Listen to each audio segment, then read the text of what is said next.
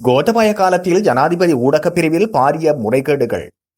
முன்னாள் ஜனாதிபதி கோத்தபாய காலத்தில் ஜனாதிபதி ஊடகப் பிரிவில் பாரிய முறைகேடுகள் நடைபெற்றுள்ளதாக ஜனாதிபதி ஊடகப் பிரிவின் முன்னாள் பணிப்பாளர் நாயகம் தனுஷ்க ராமநாயக்க தெரிவித்துள்ளார். இது தொடர்பில் அவர் விடுத்துள்ள ஊடக குறிப்பில் தெரிவிக்கப்பட்டுள்ளதாவது: கடந்த காலங்களில் ஜனாதிபதி ஊடகப் பிரிவின் உபகரணங்கள் பெருந்தொகையில் காணாமல் போயுள்ளதாக ஊடகங்களில் செய்திகள் வெளியாகியிருந்தன.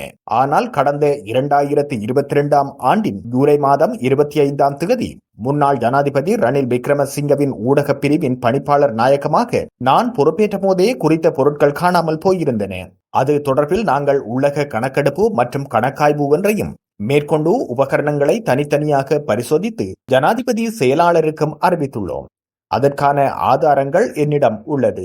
எனவே ரணில் விக்ரமசிங்கவின் காலத்தில் ஜனாதிபதி ஊடகப் பிரிவில் ஏதேனும் உபகரணங்கள் காணாமல் போயுள்ளதாக குற்றச்சாட்டுகள் தெரிவிக்கப்படுமாயின் அதில் எதுவித அடிப்படை உண்மையும் இல்லை என்பதை தெரிவித்துக் கொள்கின்றேன் என்றும் தனுஷ்க ராமநாயக்க தொடர்ந்தும் குறிப்பிட்டுள்ளார்.